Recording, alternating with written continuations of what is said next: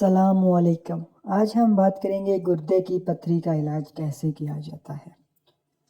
گردوں کی پتھری ایک نہایت تکلیف دہ مرض ہے جس کے شکار مریضوں کو بہت سی مشکلات کا سامنا کرنا پڑتا ہے۔ حتیٰ کہ پیشاب کرتے وقت بھی انہیں نہایت تکلیف کا سامنا کرنا پڑتا ہے۔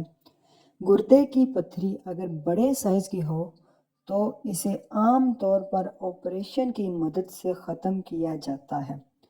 تاہم اگر ابتدا میں ہی اس کا پتہ چل جائے تو مالٹے جیسے پھلوں کو گردے کی پتھری کا بہترین علاج سمجھا جاتا ہے۔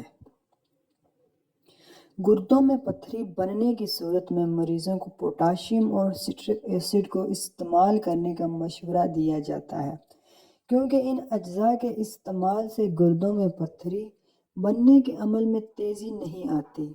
اس کے علاوہ گردوں میں پتھری بننے کی وجہ سے جسم پر فری ریڈیکلز کے حملے کے خطرات میں اضافہ ہو جاتا ہے۔ مالٹے کے باقاعدہ استعمال سے آسانی کے ساتھ فری ریڈیکل کے نقصان